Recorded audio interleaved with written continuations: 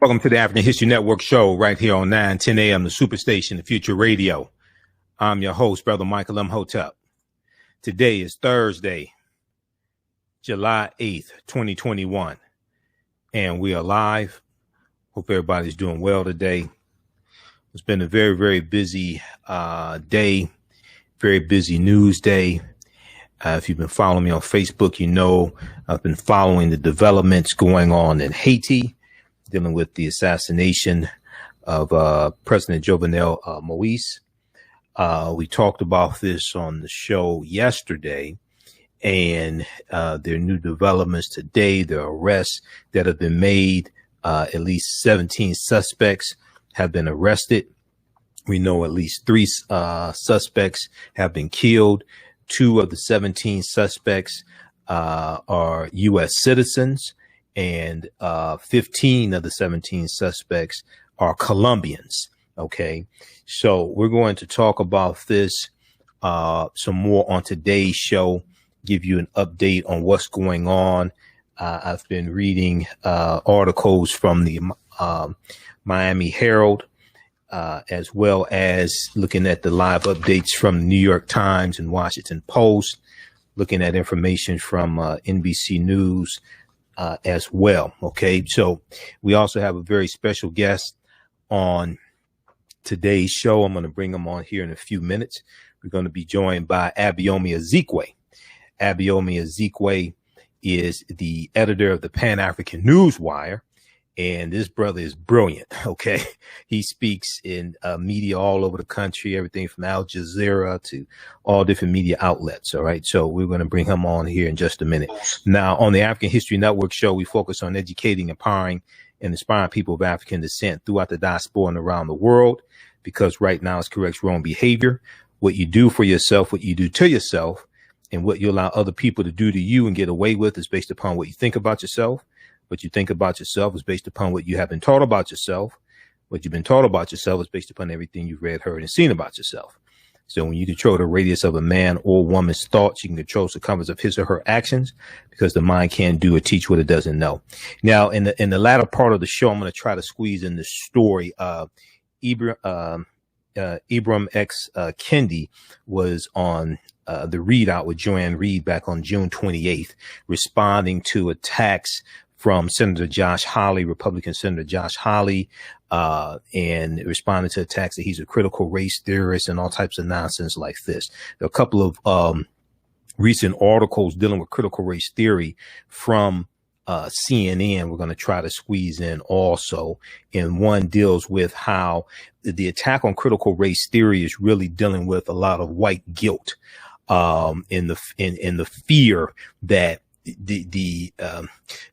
a history of white supremacy and racism is going to be exposed when you really teach the history. So we'll try to squeeze that in as well.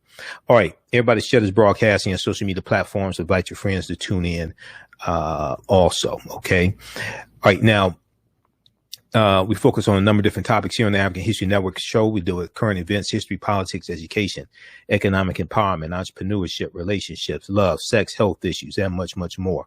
Sign up for our email newsletter. Text the word Kemet, Kemet, to 22828. To sign up for our email newsletter, text the word Kemet, Kemet, to 22828. To sign up for our email newsletter, or visit our website, AfricanHistoryNetwork.com, AfricanHistoryNetwork.com. All right, we're going to jump right into this here. Now, Abayomi Azikiwe is the editor of the Pan-African Newswire, which is an electronic press agency that was founded in 1998.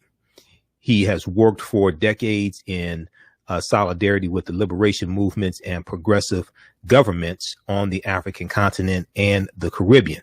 Abayomi Azikiwe is a graduate of Wayne State University, my alma mater. That's why I met Abayomi like 30 years ago in the Student Center building, right? when he's with the Pan-African Student Union. So I joined the Pan-African Student Union after talking to Abayomi. So I've known him going back to like 1992, something like that.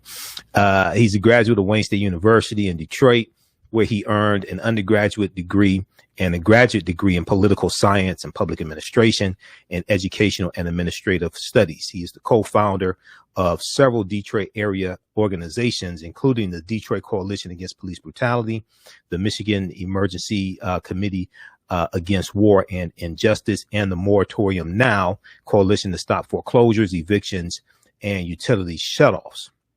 Between 2007 and 2011, Abayomi Azikiwe served as the chairperson of the Michigan Coalition for Human Rights for an additional 3 years. He served as president and later vice president of the Michigan Coalition for Human Rights. He is currently a board member at large in the organization. So we want to welcome back to the African History Network show, Abayomi Azikiwe. All right, brother. Hotep, how you doing tonight, brother? I'm doing very good. How are you? Oh, I'm all right, man. Just busy, brother. It's busy and covering all these stories. Yeah, brother. You know, I'm on 6 nights a week, man. So just covering all these stories. But all right. Yeah, but you know how that is. On top of the news. Exactly. You know how that is. Yeah. All right. Well, you know, I talked about this story a lot on my show yesterday, and I dealt with some of the history of Haiti as well, going back to 1492 when Hispaniola was conquered by Columbus and the Spanish, and then the western portion of the island of Hispaniola it comes under French control. They call it Saint Dominique, and that becomes Haiti. You had the Haitian Revolution in 1791, and they declared their independence in 1804. I dealt with some of the history of Haiti leading up to today, but give us your analysis and give us an update on what's taking place in Haiti right now. And I sent you the article from Miami Herald, and we know that I'm looking at the Miami Herald as well as New York Times. We know 2 South Florida men are some of the suspects arrested. Miami Herald is saying 2 South Florida men have been arrested in connection with the assassination of Haiti President Jovenel Moise, along with 15 Colombian nationals. Haiti police reported Thursday night. So give us an update on what's going on, brother.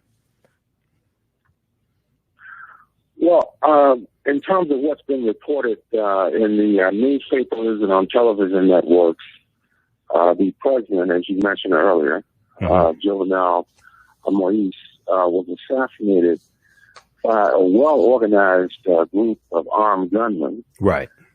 There's reports coming from the United States ambassador, the Haitian ambassador to the United States, Edmond Bouchy, right, who said that they came up in vehicles and perhaps uniforms of the United States Drug Enforcement Agency. That was a really a major statement because we know Haiti has been a long time accused over the last 25 years or more of being a major conduit for drug trafficking in the Caribbean into the United States. That is something that really needs further exploring. Mm-hmm. What's interesting about this as well is that the president, Moise, had predicted not too long ago that there was an attempt to overthrow his government and assassinate him. There's also a dispute over who is actually in charge of the Haitian government at this time. Claude Joseph, who has declared himself as acting prime minister, but there was another individual who was designated to be interim prime minister, along with President Moise, but he was not inaugurated into the position. So the government has declared a state of siege right now in Haiti. Now, what does that really mean? It's been unfolding over the last 2 days. The Canadian trained Haitian police force has pursued the alleged suspects in the assassination of the president, and his first lady was severely wounded Right. There were reports yesterday that she had passed away, but it turns out that was not correct, and she's been flown to Miami for medical attention. Right, on Wednesday. But yes, what does this mean, a state of siege in Haiti? The Dominican Republic you mentioned earlier, because the island is divided between a former Spanish colony, the Dominican Republic, and of course Haiti. Right. Former French colony, but it was also periodically intervened by Spain as well as Britain. We also know the history of the United States in relationship to Haiti. It's a long, sordid history. So all these factors have to be taken into consideration when we try to analyze this. The U.S. historically has been heavily involved in trying to determine the internal affairs, the character of the government, the economy in Haiti. And right now, there are elements in Haiti that are calling for U.S. intervention. We dealt with this way back in the 90s. Remember when we were at the university? Exactly, at Wayne State, yeah. The intervention in 1994 to reimpose John Bertrand Aristide. Right. It's been overthrown in 1991. So, yeah, but it's a lot of information that's floating around and a lot of different sources. You mentioned some of the sources. There's also France 24, which is a French television station that also broadcasts in English. You can get them over their website as well as on YouTube. Al Jazeera has also been covering the story. They've had some detailed reports. So we have to, try to track this down by all the sources that are available. Exactly. Now, I know I was reading, it was what actually, let's do this because we're coming up here on a break in 3 minutes. Shakita, I want to go to clip number 1.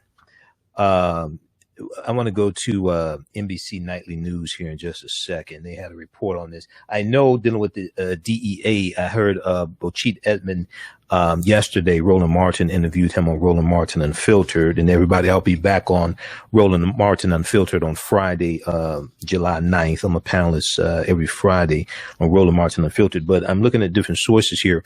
And it's saying that it's suspected that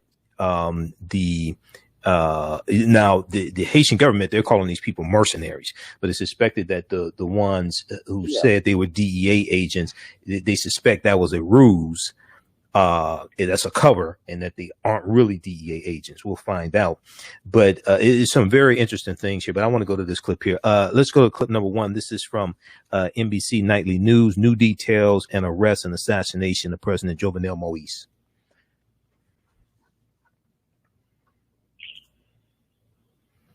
After more video emerged of assassins outside the private home of Haiti's president, less than 24 hours later came the first arrest. Authorities now say 7 suspects were killed during a gun battle and 6 others are now in custody. I'm also aware that a larger group of possible perpetrators have taken refuge in 2 buildings in the city and that they are now surrounded by the police. New footage appears to show heavily armed men moving down the street around the time President Jovenel Moise was assassinated. In separate audio, a voice can be heard identifying the group in English as DEA agents. The Haitian government says they also spoke Spanish and were foreign mercenaries posing as DEA agents. The country's ambassador won't say who may have paid them or whether they had inside help. We don't want to speculate. There is an investigation going on. First Lady Martine Moise was critically wounded and is being treated at a Miami hospital. In Haiti, the Prime Minister has declared a state of siege.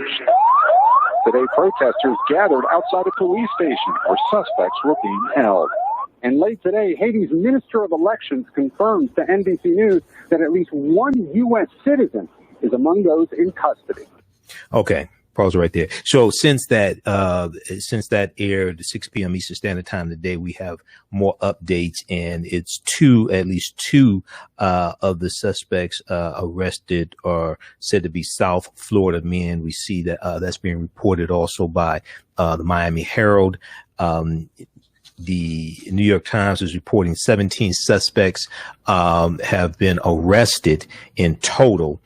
and there was a discrepancy. The Miami Herald talks about a discrepancy in the report from the Haitian government earlier today, dealing with earlier they said 7 had been I think killed, but let's see here. Haitian officials have not released the names of the other men arrested, but they said there are a total of 15 Colombians under arrest, along with 2 South Florida Haitian Americans. Police said 3 of the assailants, Colombians as well, were killed. Now, earlier, Haiti police had said 7 of the assailants were dead earlier in the day, and that's the reporting from NBC Nightly News. They did not explain the discrepancy, but they said they are still looking for 8 other assailants, all Colombians. Hold the line, Abayomi. We have to take a quick commercial break. You listen to the African History. Okay, no problem. Listen to the African History Network show right here on 910 AM Superstation, the Future Radio. I'm Michael Imhotep. We're speaking with Abayomi Azikiwe, editor of the Pan-African Newswire. We'll be back in a few minutes. Black on Purpose Television Network. Yes, Black on Purpose Television Network. All black, all positive, all the time. The largest black-owned streaming television network in the world, bringing our people together worldwide, controlling our messages, our stories, our way. Black TV the way it should be. Black music, Black history, and more. 30+ channels, thousands of shows. Black on Purpose Television Network. Subscribe now. Gain knowledge in minutes from insightful summaries of progressive and socially conscious books. Blacklisted gives you access to curated content that'll satisfy your curiosity to learn and understand different perspectives. Empower yourself through inspirational and actionable ideas. It's easy to read or listen to on the go. Blacklisted. Empower yourself. Start your free trial today. Welcome back to the African History Network show right here on 910 AM, the Superstation, the Future Radio. I'm your host, Brother Michael Imhotep. It is Thursday, July 8th, 2021, and we are live. On the line, our guest is Abayomi Azikiwe. He is the editor of the Pan-African Newswire. He does media interviews and all different types of media, including Al Jazeera. The Pan-African Newswire is is an electronic press agency that was founded in 1998. Abayomi has worked for decades in solidarity with the liberation movements and progressive governments on the African continent and the Caribbean. And we are talking about the assassination of Haitian President Jovenel Moise and updates on what's taking place. We know at least there have been at least 17 suspects arrested. At least 2 are described as South Florida men who are of Haitian descent as well. We want to bring him back on here. Okay, so Abayomi, I want to go to well, first of all, you want to come right before the break. I shared the clip from the reporting from earlier today from NBC Nightly News. Any comments on that? Then I want to go to this latest reporting from the New York Times. But go ahead, you can comment because we had to go to break. Yeah, you mentioned that there's still a lot of confusion. Yes. About the number of people arrested, the number of people killed. So all that's going to have to be sorted out. But the Haitian National Police Chief, Leon Charles, did say that 7 of these alleged suspects, were killed, in various police actions in the country. That was attributed to him by a Radio Metropole, which is a Haitian radio network. So, we'll just have to continue to monitor what's going on because you have a lot of speculation that's taking place both inside Haiti as well as among the Haitian diaspora, people living outside the country. There are like 300,000 Haitians living in South Florida. Mm-hmm. So there's a huge Haitian community, here in the United States. Yeah, I was looking at the reporting from the Washington Post earlier today. I read New York Times and Washington Post every day. And the Washington Post was reporting at least 3 suspects killed, 17 suspects detained, including 2 U.S. citizens, 8 suspects on the run. So that's something that's important there. The Miami Herald, as well as Washington Post, and I think also, and also the New York Times are reporting 8 suspects are still on the run, authorities said. So, what I want to do, I want to, go to the, reporting here from, I want to look at the, latest reporting here from the New York Times. Just a second. Let me pull this up here and, share with everybody what's going on, and then you can comment on it, as well. Let me pull this up here. Okay. Cause I printed up the article and I was looking at it. So the New York Times has a piece here. 2 U.S. citizens are among at least 17 suspects arrested in, Moise killing. And I'm going to put this up on the screen share also, so those watching on Facebook and YouTube can see. All right. Let's see here. Okay, so at least 17 people, including 15 Colombians and 2 American citizens, were detained in the assassination of President Jovenel Moise, Haitian officials said late Thursday night, as they paraded the suspects before the news media and asserted that, quote unquote, foreigners had been involved in the brazen attack. Now, if you look at the reporting from the Miami Herald, and Miami Herald has a piece that I already showed here on the screen. They have an article, 2 South Florida men, 26 Colombians involved in Moise assassination, Haiti police say. And if you just go to MiamiHerald.com and search for Jovenel Moise, this article will come up. But they have a video here where they show these men detained. Okay, they show these men detained, and they show a cache of weapons on the table as well. Now, at a news conference at National Police Headquarters, let me see here. Let's go to. Let me turn on the screenshot just a second here. Okay, I think it's this one here. Okay, at a news conference at National Police Headquarters with interim Prime Minister, the interim Prime Minister, the American men were described as being of Haitian descent and were identified as Joseph Vincent and James Solages, Solages. Okay, so all right. Let me get I want to get the right article here up on the, okay, I think this is the right one. Okay, so Haitian security officials had earlier described Mr. Solages as a resident of South Florida who had been apprehended on Wednesday during the manhunt for the assailants. A Canadian government official said that Mr. Solages was briefly employed as a reserve bodyguard by a security company hired by the Foreign Affairs Ministry in 2010.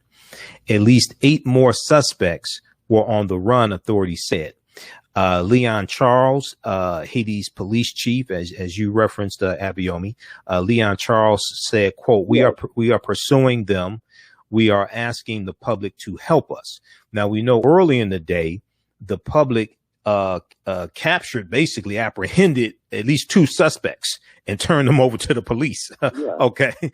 Now, Colombia's defense minister, Diego Molano, said the government was cooperating with an official request from Interpol, the global police agency, for information about the detained suspects. He added that initial information suggested that they were retired members of the Colombian military. Okay. Diego Molano, Colombia's defense minister, said that the initial information suggested that these Colombians who were apprehended were retired members of the Colombia military. Now, the detainees were lined up at the news conference Thursday, July 8th, Thursday night, in handcuffs, some showing signs of physical injuries. A table displayed at least 10 Colombian passports, along with automatic weapons, sledgehammers, and saws, SAWS. So your thoughts, Abayomi?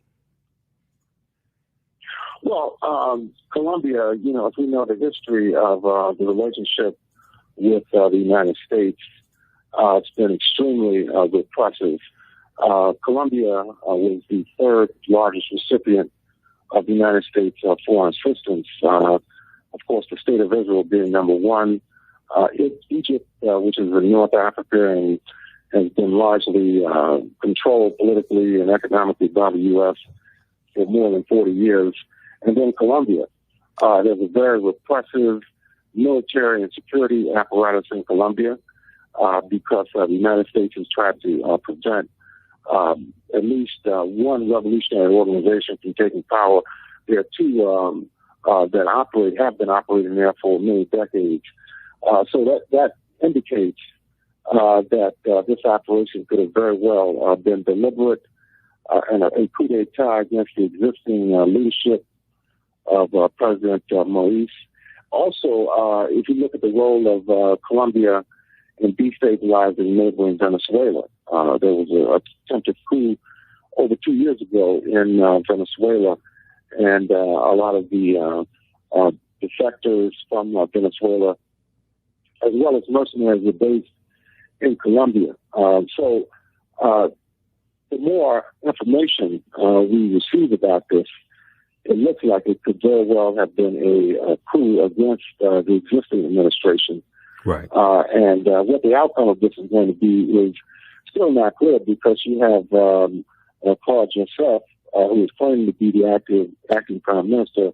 Mm-hmm. Yet at the same time, it's not clear exactly how much support he has in the country and whether or not he can enforce this state of siege, because people there are very, very upset with the existing state of affairs over the last few years. There's been at least two major general strikes and rebellions on the part of the Haitian people against the Jovenel government, right, which was heavily backed by the United States, just like the Michel Martelly government before that was heavily backed by the United States. So, you know, people need to look also at the role of the government here, right, in everything that's going on in Haiti.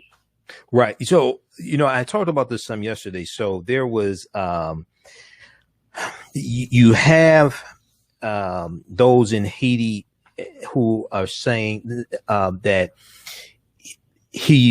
Jovenel Moise should have stepped down from power back in February of this year, and he's staying in power past his term or something like that. Talk about that for a minute. That reminds me of Donald Trump, by the way, but talk about that for a minute.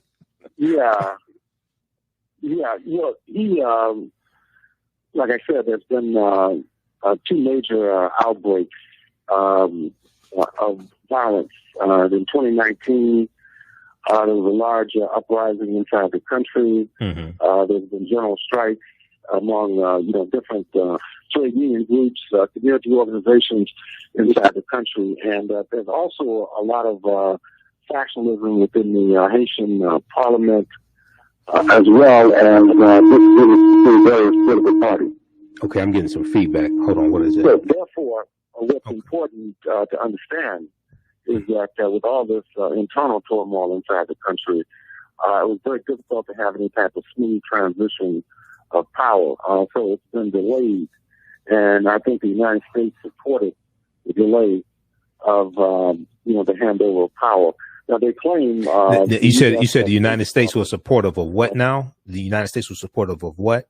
Of the continuation of the Jovenel Moise staying in office. At least that was their public posture. Okay. Up until recently. Now they're saying that they want the election to take place later this year, but it's not clear if the country is in a position to hold multi-party elections, considering that the president was assassinated and there are a lot of other problems going on inside of Haiti itself. But as I said earlier, there are interests.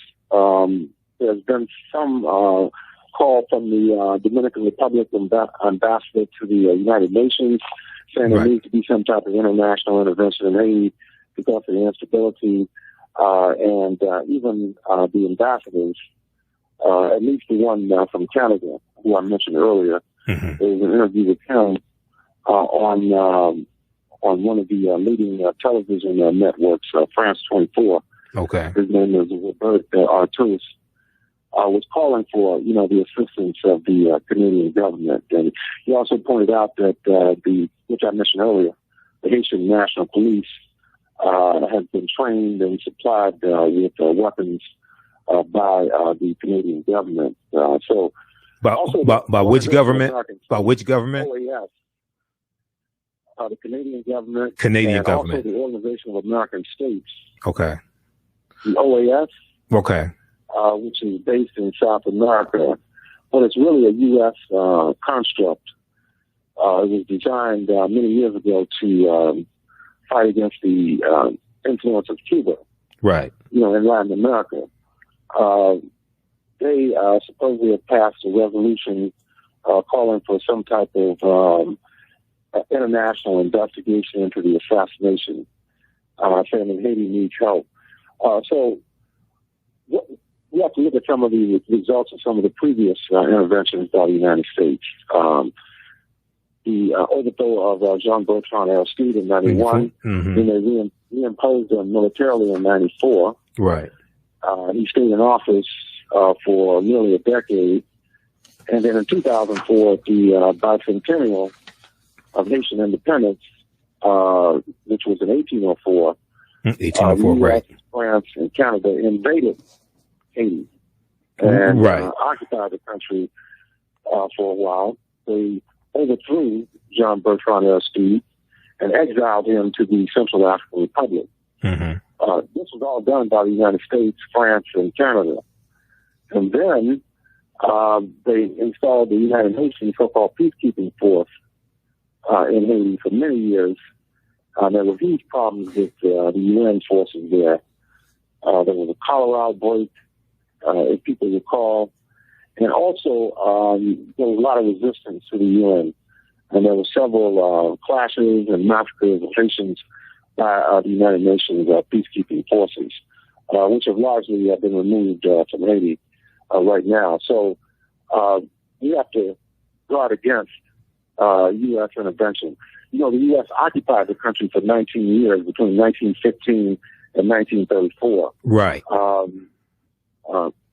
Ostensibly prompted by an assassination, a political assassination in Haiti during World War I. So, the interventions have not helped as far as we can see. So let me. They went in again in 2010. Remember when there was an earthquake? Yeah, the earthquake in 2010. And, they were supposed to raise hundreds of millions of dollars to help Haiti.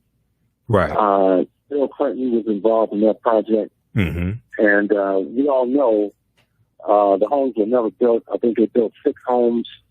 It was never clear what happened to the money. Right. It was raised from all over the world.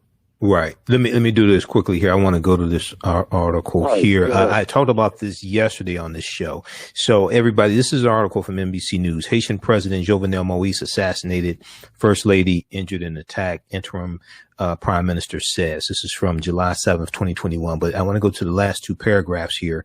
This is what I was just talking about a couple of minutes ago. Abayomi. It says the Caribbean country of around 11 million is one of the poorest in the Americas. Now, I also talked about yesterday how they had to pay back, I think it was like $21 billion to France, in reparations for defeating France in the injury. They were forced to pay that. And this is one of the reasons why they're so poor. But, Haiti has been gripped by violence and gridlocked in the last few months. Protests against the president, Moise, turned violent in February of 2021. Opposition leaders demanded that Moise step down, arguing that his term legally ended in February of 2021.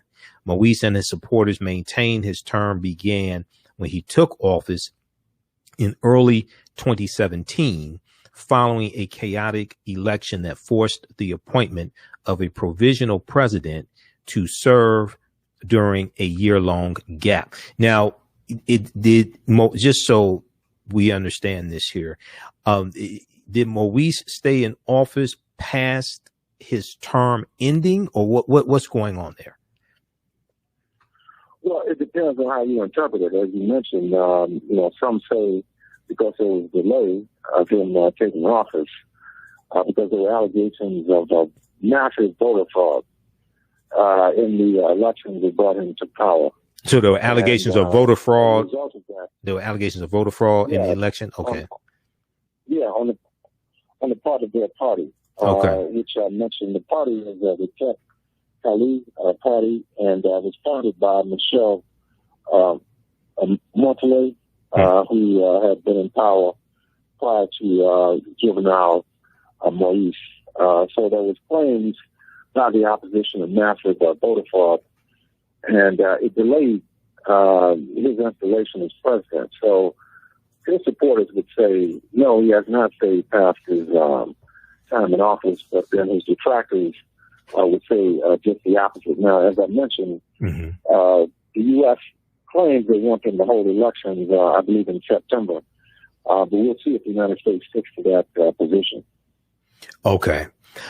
So let me ask you this question. Now, we know that back in 1915, that's the beginning of, at the start of World War I, 1914 and 1918, we know that, I think it was about 300 Marines or something like that occupied Haiti. And, we see that, in 2004, it was, U.S., France, and, the, U.S., France, and Canada involved in overthrowing Aristide. So talk about the relationship between Haiti and the U.S. Why is the U.S. interested in Haiti?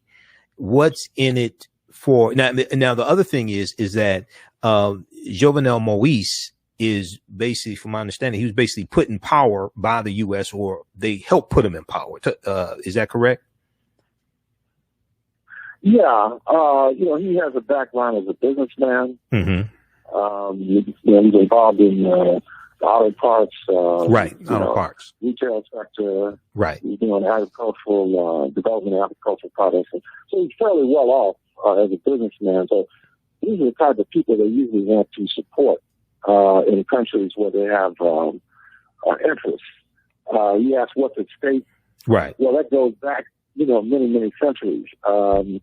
Because of the Haitian Revolution, the U.S. feared, during the period of enslavement here in this country, they feared that there would be a successful slave rebellion in the United States. And some of the rebellions, particularly the one in Louisiana in 1811, which is been hidden for many, many years, information is starting to come out about that rebellion. It's one of the largest rebellions against enslavement in the history of the United States.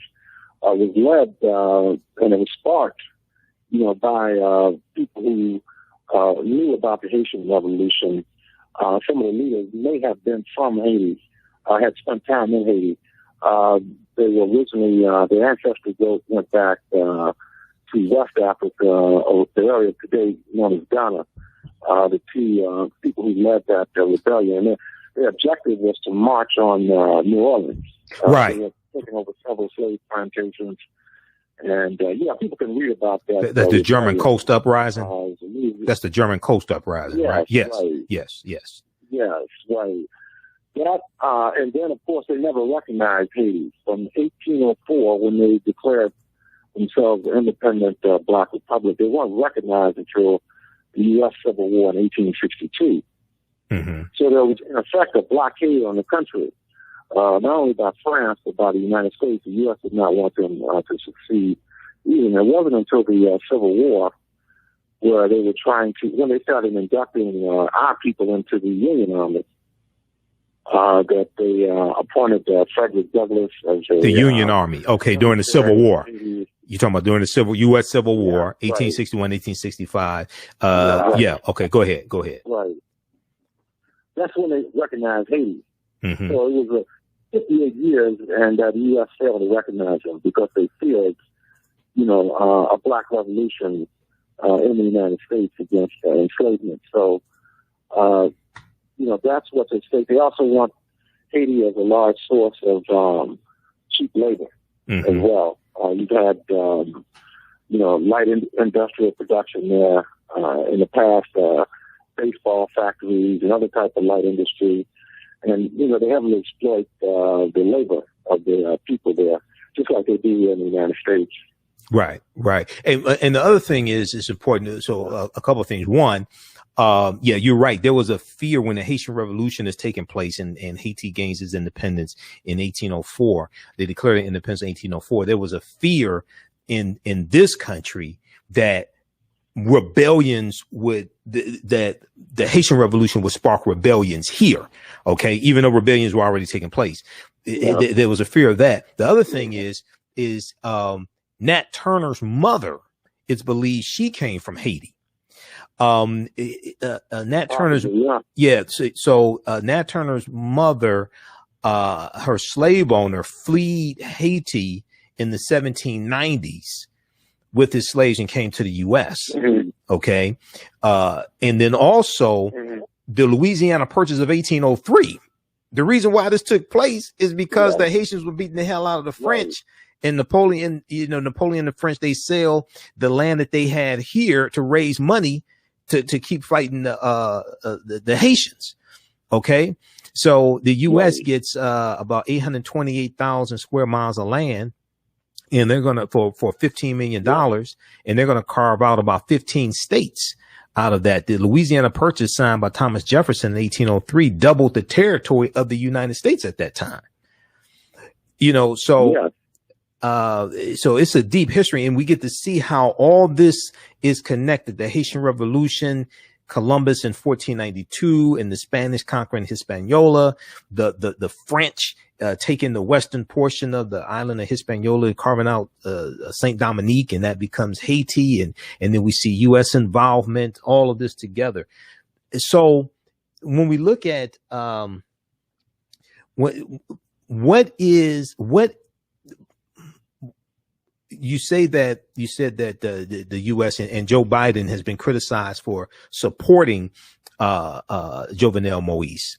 So what do you think should happen in Haiti now? What do you think should be the course? Do you think Jovenel Moise should have stayed in office? Do you think he should have stepped down? Do you think somebody else should be president of Haiti right now? What are your thoughts on this? Well, ideally, the various political parties inside the country should come together and form an interim government. The problem is that you have different political interests inside the country, and one of the largest parties there, the Famille Lavalas, which was the party of Bertrand Aristide, has essentially been banned inside the country. So while their leaders have been assassinated or driven into exile, so that is left a major political vacuum inside of Haiti itself. But there has to be some type of united front among the various organizations. One, to bring about political stability, but also in an attempt to stave off yet another U.S. military intervention. And another thing that could motivate the United States to intervene is the potential for mass migration of Haitians into South Florida. Right. Now, as I mentioned earlier, 300,000 Haitians there. And in order to maintain or to keep down the black population in the United States, they do not want, massive numbers of Haitians coming into the United States, just like they don't want people coming in from Mexico and Central America on the other end of the border. And a lot of those people are people of African descent as well, from the African continent, from South America, who are also entering the United States. Now, we don't hear about that. That's concealed because they want to racialize the conflict to make it look like they're just against brown people, people from Mexico, Honduras, Guatemala, and so forth. But, this is a very complex situation in terms of immigration, really migration, because a lot of the people that come for economic reasons, political reasons as well, but also economic reasons. So, it's people migrating, to find what they can think to be a better life. Now, when they get here to find out something totally different, that's concerned with ICE, the police, the racism in the United States, and COVID-19 pandemic, and all of that that's been happening here over the last year and a half. Right, exactly. All right, we're almost out of time here on 910 AM Superstation WFDF, but just very quickly, that was the German Coast Uprising in 1811 in Louisiana that you were referring to. I have an article up here from NOLA.com, New Orleans publication, the 1811 Louisiana slave revolt that was almost lost to history. And then there's also a article here from SmithsonianMag.com, Smithsonian Institute.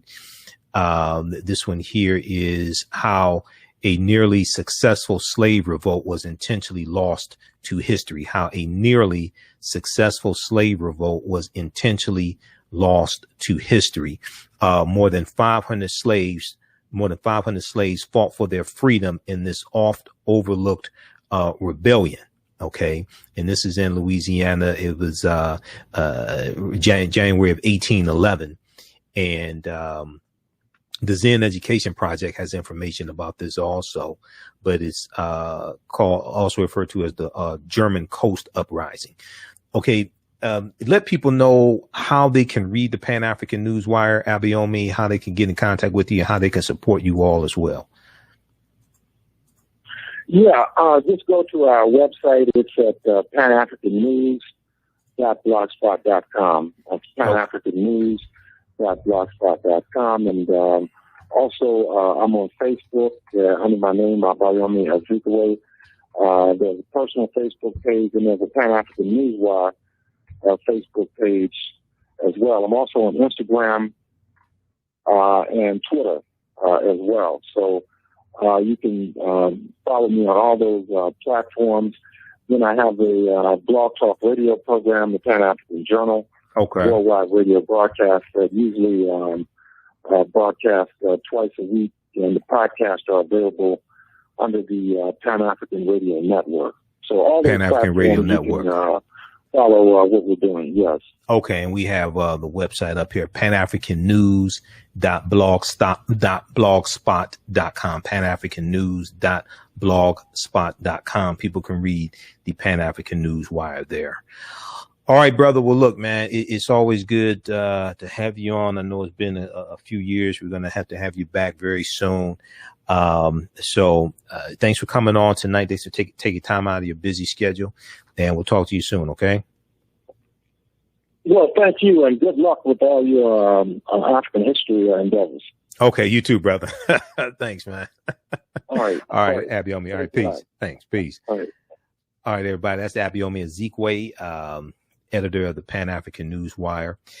This is what we're going to do. If you like this type of information, you can support the African History Network, $ TheAHNShow through Cash App, $ TheAHNShow through Cash App, also through PayPal, paypal.me/TheAHNShow, paypal.me/TheAHNShow.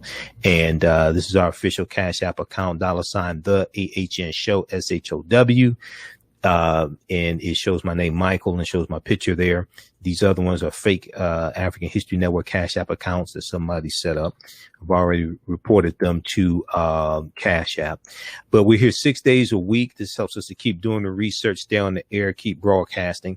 Also register for the online course that I teach. If you like this type of information, I teach a 10-week online course on Sundays 2 p.m. to 4 p.m. Eastern Standard Time, Ancient Kemet, the Moors, and the Maafa, Understanding the Transatlantic Slave Trade, what they didn't teach you in school.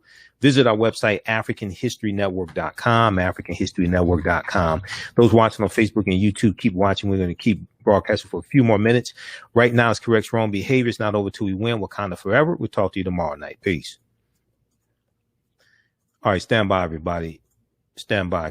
Stand by. We're going to be here for a few more minutes. So the new online course that I teach it started up Sunday, July 4th. So Sunday, July 11th is class number 2. Okay. All the sessions are recorded. You can go back and watch them over and over again. Ancient Kemet, the Moors, and the Maafa. Understanding the transatlantic slave trade, what they didn't teach you in school. Okay.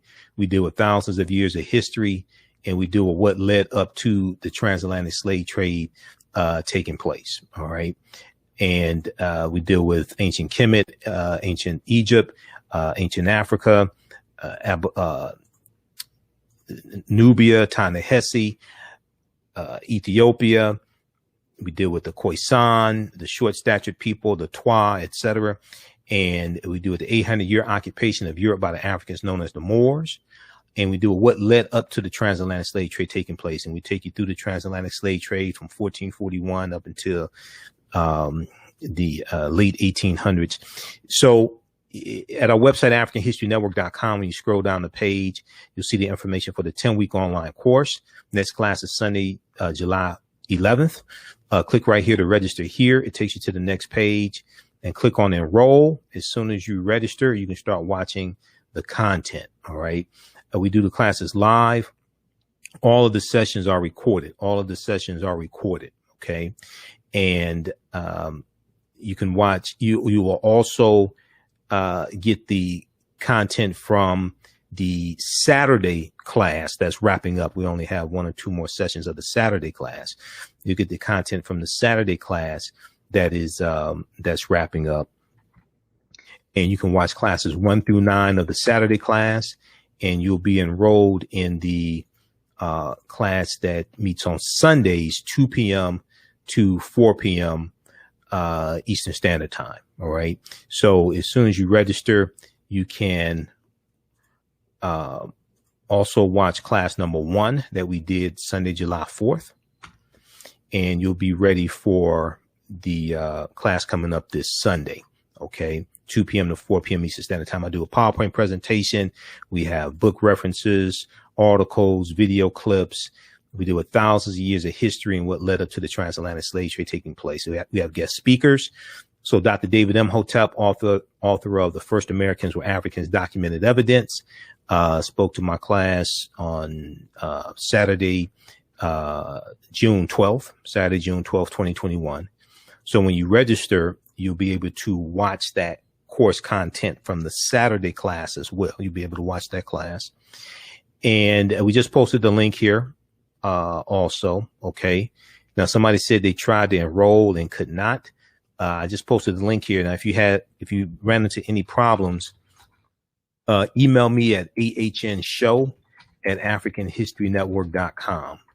TheAHNShow@AfricanHistoryNetwork.com if you had any problems registering, and we'll get you taken care of. Okay.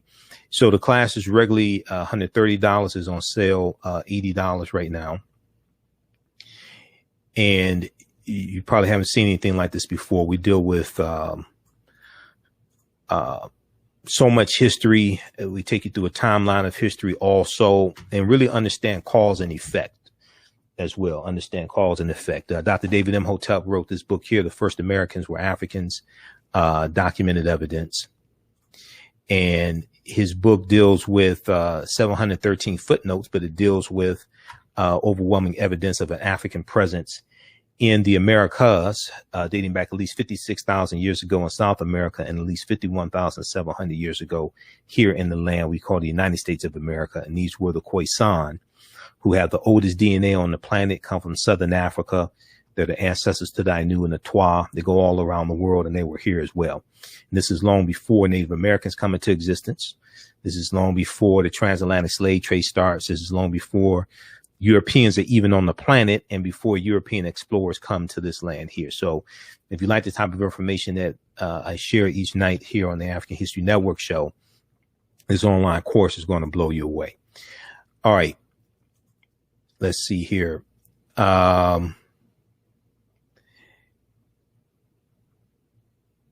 All right. So, yeah, if you have any problems registering, email me at TheAHNShow@AfricanHistoryNetwork.com. Okay, very quickly here, I want to go back to the article. The information deal with critical race theory. We'll deal with that on Friday's show because I have to get out of here shortly.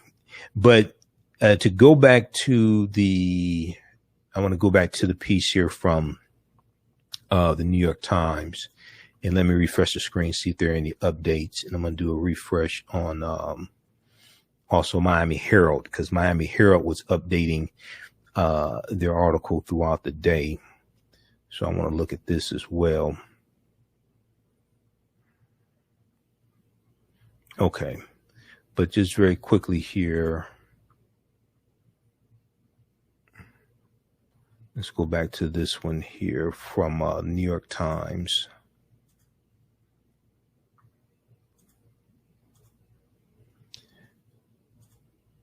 All right. This one here from the New York Times. 2 U.S. citizens are among at least 17 suspects arrested in Moise killing.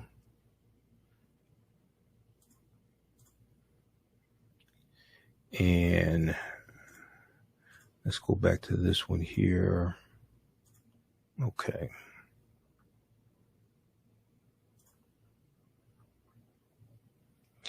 The detainee, let's see. The detainees were lined up at a news conference Thursday night in handcuffs, showing signs of some physical injuries. The country's interim prime minister, Claude Joseph, said a group of foreigners had entered the country to kill the president in a cowardly fashion.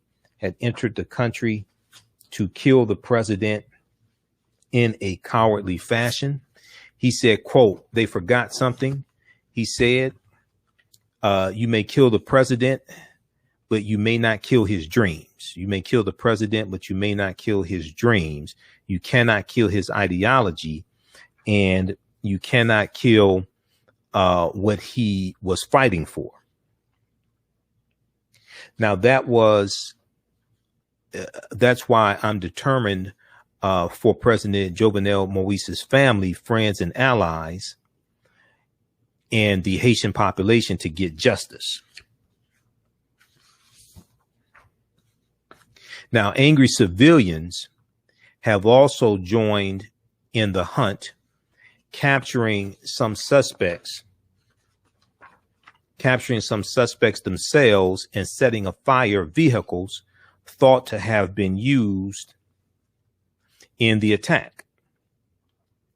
Haiti is now basically under martial law after interim Prime Minister Claude Joseph declared a state of siege, That allows the police and members of security forces to enter homes, control traffic, and take special security measures. It also forbids meetings meant to excite or prepare for disorder. So basically, you have martial law going on right now in Haiti. There was another piece from Washington Post I was looking at before we came on the air here, dealing with two epidemics in Haiti, usher in critical phase following assassination. So another piece. We'll probably talk some about that tomorrow. I'll go to that one in just a second. Now, the rapidly evolving crisis deepened the turmoil and violence that has gripped Haiti for months, threatening to tip one of the world's most troubled nations further into lawlessness. Questions swirled about who might have been behind the brazen attack and how they eluded the president's security detail to carry it out. See, this is something else, another question, because based on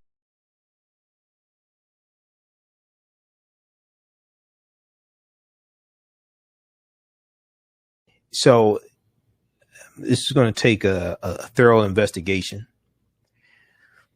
but it appears on the surface there's some type of Colombian link to this as well. Okay. I'm not saying it's from the Colombian government, but it appears you have reports coming out of Haiti that 15 of the 17 detainees are Colombians. And Claude Joseph said that it was reporting from Miami Herald. Police said 3 of the assailants, Colombians as well, were killed earlier. Claude Joseph talked about them being part of former member. No, it was the Colombian who said this, Diego, that they were former members of the Colombian military. That was the piece from Miami Herald.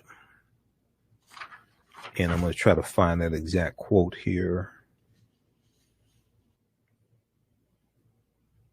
The rapidly evolving crisis deepened the turmoil and violence that has gripped Haiti for months, threatening to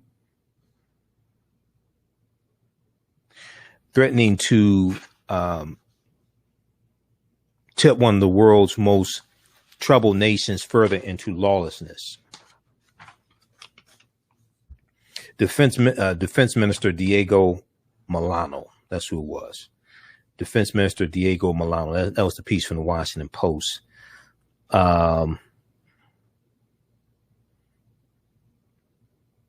mysterious plot against Moise was reaching beyond Haiti's borders. Colombian authorities confirmed late Thursday that at least some of the suspects were former members of the Colombian army, saying they had launched an investigation into their alleged involvement. Okay, that's the reporting from the Washington Post.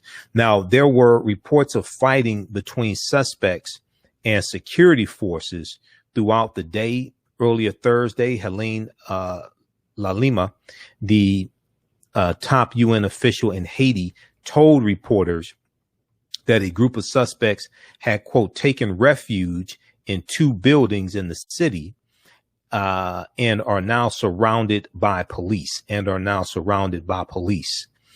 She spoke via teleconference from Port-au-Prince, the capital of Haiti, after briefing the United Nations Security Council on the Haitian crisis in a private meeting. It was unclear if the situation had been resolved. Haiti's ambassador to the United States, Bochit Edmond, has described the assailants as, quote, well-trained professionals, killers, commandos. All right, check out the rest of this article here from the New York Times. 2 U.S. citizens are among at least 17 suspects arrested in the Moise killing.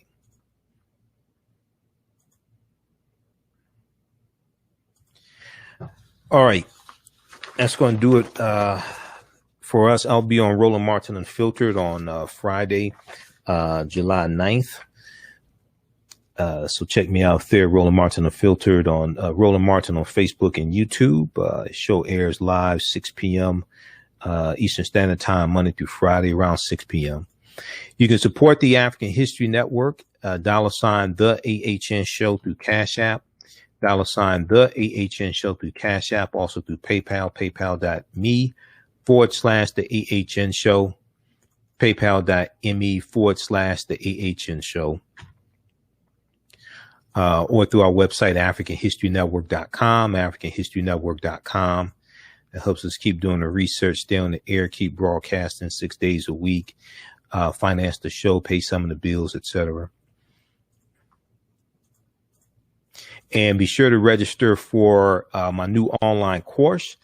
Class number 2 is going to be Sunday, July 11th, of Ancient Kemet, the Moors, and the Maafa, Understanding the Transatlantic Slave Trade, what they didn't teach you in school. When we deal with the transatlantic slave trade, we can't start in 1619 in Virginia. We can't start in 1441 with the Portuguese going into Mauritania. We have to deal with tens of thousands of years of history and what leads up to the transatlantic slave trade taking place. We deal with Ghana, Shanghai, Mali. We deal with ancient Kemet, ancient Egypt, Nubia, Abyssinia, Ethiopia. We deal with great African civilizations. We look at a number of different archaeological discoveries also, that recent archaeological discoveries that have taken place recently as well, that are causing the scientists to have to push the timelines back and rethink everything as well, because all of this is much older than what we have been taught originally. Okay.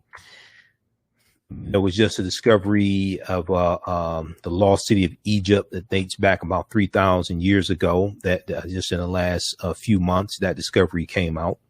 So you'll see these different types of archaeological discoveries that are coming out every other week, basically. Every other week, we have these new archaeological discoveries that are taking place. All right, so you can register for the online course at AfricanHistoryNetwork.com, our website, AfricanHistoryNetwork.com. Also, all of my DVD lectures are available at our website, AfricanHistoryNetwork.com, and digital downloads as well. But at our website, when you scroll down, you'll see information for the radio show. You can click here to listen to audio podcasts of my shows. I just uploaded podcasts today. Click here to read articles I've written. And then we have the information for the online course here, and you'll see the flyer. It's a 10-week online course, meets 10 consecutive Sundays. This next class is Sunday, July 2nd. Sunday, July 11th, 2 p.m. to 4 p.m. Eastern Standard Time. Click here for register here. And then next page, click on enroll. Class is regularly $130, on sale $80. As soon as you register, you can start watching the content. All right, we have to get out of here. Remember, at the African History Network, we focus on educating, empowering, and inspiring people of African descent throughout the diaspora and around the world. Because right now it's correct wrong behavior. It's not over till we win. Wakanda forever. And we will talk to you tomorrow. Okay. Follow us on our Facebook fan page, The African History Network, The African History Network. My YouTube channel, Michael Imhotep, IMHOTEP. Turn on live notifications so you know when we go live. And we'll talk to you tomorrow. Peace. Black on Purpose Television Network. Yes, Black on Purpose Television Network. All black, all positive, all the time. The largest black-owned streaming television network in the world. Bringing our people together worldwide. Controlling our messages, our stories, our way. Black TV the way it should be. Black music, Black history, and more. 30+ channels, thousands of shows. Black on Purpose Television Network. Subscribe now. Gain knowledge in minutes from insightful summaries of progressive and socially conscious books. Blacklisted gives you access to curated content that'll satisfy your curiosity to learn and understand different perspectives. Empower yourself through inspirational and actionable ideas. It's easy to read or listen to on the go. Blacklisted. Empower yourself. Start your free trial today. Hi, I'm Joel Wilson, President and CEO of JCW Computer Consulting, LLC, a technology implementation firm with over 20 years of satisfying customers. We offer a full spectrum of industry top-tier branded services. We are an authorized partner or reseller for Lenovo, Zoom, T-Mobile, Microsoft 365, and Surface tablets. Google Workspace, Acer, Asus, Samsung, PCmatic security software, and many more. Our online store features laptops, Chromebooks, computers, printers, accessories, and software. Businesses, take advantage of our free 1-hour Zoom tech consultation and know we offer top nationwide high-speed internet service providers, voice over IP, and cellular phone services. Home users, don't miss our current in-stock Chromebook inventory. Please visit us at jcwcc.com or call 215-879-67